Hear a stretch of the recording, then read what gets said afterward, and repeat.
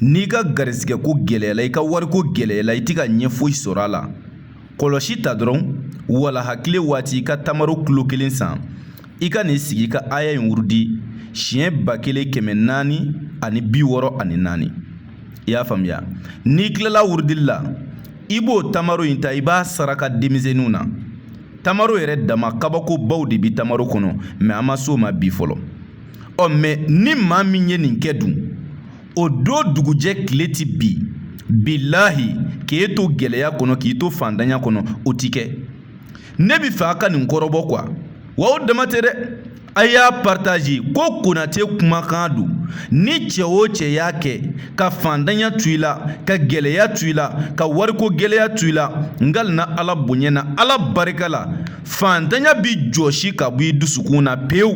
fandanya bi jɔsi ka bɔ yen i b'a fɔ chiffon bi lakɛrɛ jɔsi cogo min na Konate ye nin d'i ma Ala kama wa i yɛrɛ k'a kɛ o Ala kama i k'a partage diɲɛ fantan bɛɛ k'a sɔrɔ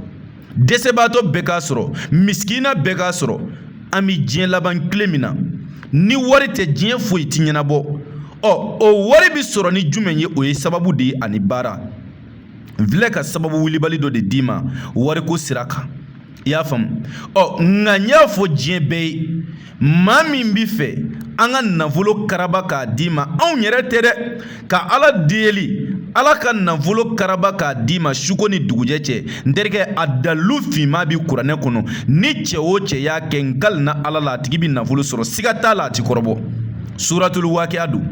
e bi fɛ Ala ka nafolo d'i ma kun faya kunu na e bi fɛ ka nafolo sɔrɔ k'a sɔrɔ i ma baara jugu kɛ k'a sɔrɔ i ma sitanɛ baara kɛ k'a sɔrɔ i ma kafiriya baara kɛ sura 1 pe kuranɛ kɔnɔ iza wakati don ni cɛ o cɛ y'a kɛ Ala bi nafolo d'a ma a ti kɔrɔbɔ n terikɛ maa si ti iza wakati dɔn k'a dɔn ko fandanya bi su 1 si ka so o ti kɛ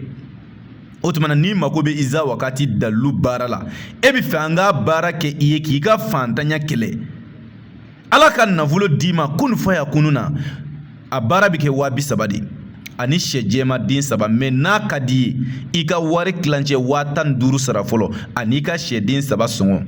an bi baara kɛ baara jaabi sɔrɔlen kɔ i b'i ka wari tɔ sara i bɛ diɲɛ jamana o jamana i bɛ dugu o dugu i bɛ quartier o quartier e kɔni bɛ fɛ ka nafolo sɔrɔ n terikɛ iza wakati baara kɛ dɔrɔn n'i ye min y'a la i bɛ n'a fɔ garibukɛ ye n ka téléphone numéro +223 72 24 02 98 n bɛ segin numéro in kan +223 72 24 02 98 n'i ye weleli kɛ i ni Konate yɛrɛ de bi kuma hakɛto b'a ka sɔli ala